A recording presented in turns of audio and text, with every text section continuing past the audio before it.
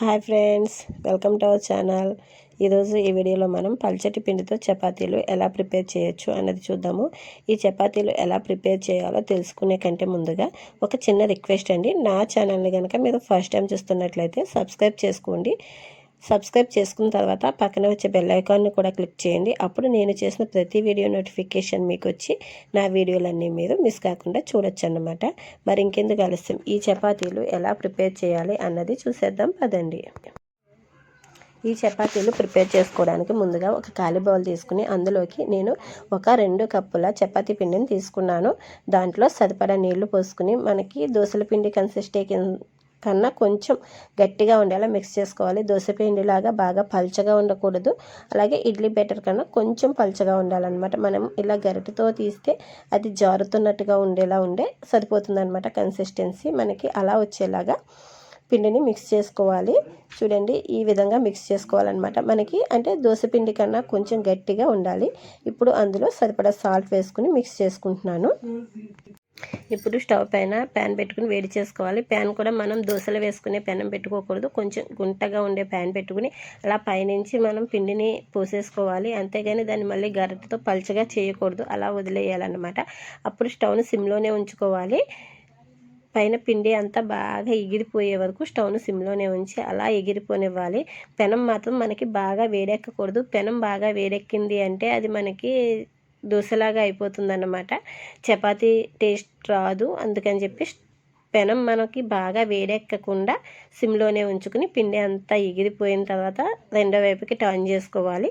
ఇప్పుడు మనం దీన్ని చపాతీ ఎలా అయితే అటు ఇటు తిరగవేస్తూ కాల్చుకుంటామో అలా కాల్చేసుకుంటే స్టవ్ను హై ఫ్లేమ్లో పెట్టుకుని మనకి చపాతీ అనేది రెడీ అయిపోతుంది అనమాట. ఇలా కొంచెం మనం అట్లకాడతో చపాతీ కాల్చేటప్పుడు ఇలా ఒత్తుతూ ఉంటాం కదా, అలా ఒత్తుతుంటే మనకి అది బబుల్స్ లాగా వచ్చి చక్కగా చపాతీ అనేది కాలిపోతుంది అనమాట. ఈ చపాతీ మనకి పొరలు మామూలుగా మనం పిండి మిక్స్ చేసుకుని చపాతీలు చేసుకుంటే ఎలా అయితే పొరల్లో వస్తుందో అలాగే వస్తుందన్నమాట.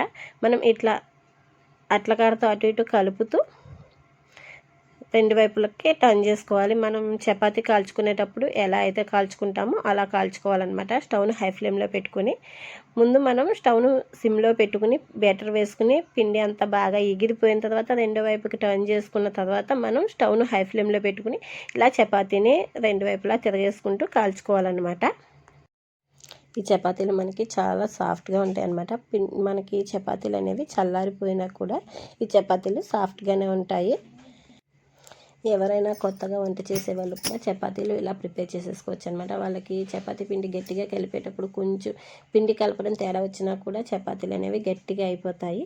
మనం ఇలా బ్యాటర్ కలుపుకుని ఇలా చపాతీలు వేసుకుంటే అవి సాఫ్ట్గానే వస్తాయి. చూసారు కదా, చక్కగా మనకి చపాతీ అనేది కాలిపోతుంది.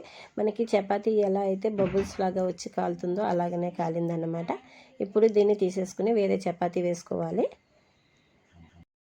ఇప్పుడు నెక్స్ట్ చపాతీ వేసుకుందాము. ఒక చపాతీ కాల్చిన తర్వాత స్టవ్ ఆఫ్ చేసేసుకుని పెనానికి ఆయిల్ అప్లై చేసుకోవాలి.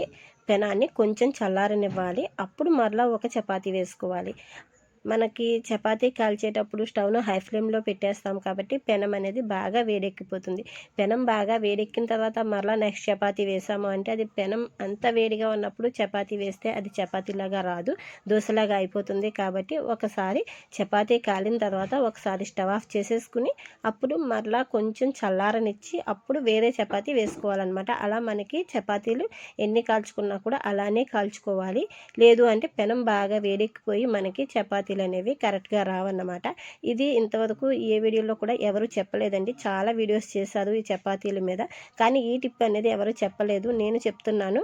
నేను ఈ చపాతీలు ట్రై చేసి ప్రిపేర్ చేసినప్పుడు నేను అబ్జర్వ్ చేసింది ఏంటంటే స్టవ్ హై ఫ్లేమ్లో పెట్టేసి ఒక చపాతీ కాలిన తర్వాత నెక్స్ట్ చపాతీ వేసేసాము అంటే అది దోశలాగా అయిపోతుంది. కాబట్టి స్టవ్ను ఆఫ్ చేసేసుకోవాలి. మనకి ఒక చపాతీ కాలిన తర్వాత స్టవ్ ఆఫ్ చేసేసుకోవాలి. ఆ తర్వాత పెనాన్ని కొంచెం చల్లారనిచ్చి ఆయిల్ అప్లై చేసుకుని మరలా మనం నెక్స్ట్ చపాతీ వేసుకొని అప్పుడు స్టవ్ను సిమ్లోనే ఉంచుకుని ఒకవైపు కాలిన తర్వాత మనకి రెండో వైపుకి తిప్పుకున్న తర్వాత స్టవ్ను హై ఫ్లేమ్లో పెట్టుకుని చపాతీ మామూలుగా మనం చపాతీ ఎలా అయితే కాల్చుకుంటామో అలా కాల్చేసుకున్న తర్వాత మళ్ళీ స్టవ్ ఆఫ్ చేసుకుని వేరే చపాతీ ఇలా చపాతీ వేసిన ప్రతిసారి కూడా మనం స్టవ్ ఆఫ్ చేసేసుకుంటే మనకి ఈ చపాతీలు అనేవి పర్ఫెక్ట్గా వస్తాయి అన్నమాట. లేదు అంటే పెనం బాగా వేడెక్కిపోయింది అంటే మనకి ఈ చపాతీలు అనేవి అస్సలు రావు.